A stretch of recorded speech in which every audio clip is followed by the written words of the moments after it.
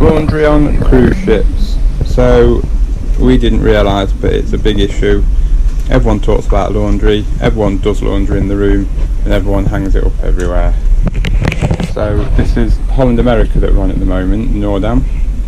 We're going to compare it to Royal Caribbean because that's our normal cruise line, but these are the two bags. So Holland America give you a nice fabric bag with a pull cord. Royal Caribbean, this is their bag, give you a plastic, one-use plastic bag with a tear-off perforation to close it. So you rip that off after you put your laundry in and tie it. So all in all, you'll get more in the Holland America bag, and it's reusable, and you don't use the plastic bag.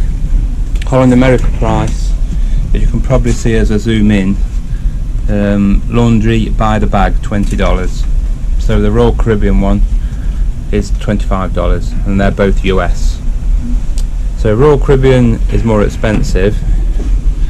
I think you'd get more in the Holland America bag anyway, and it's a bit more eco-friendly.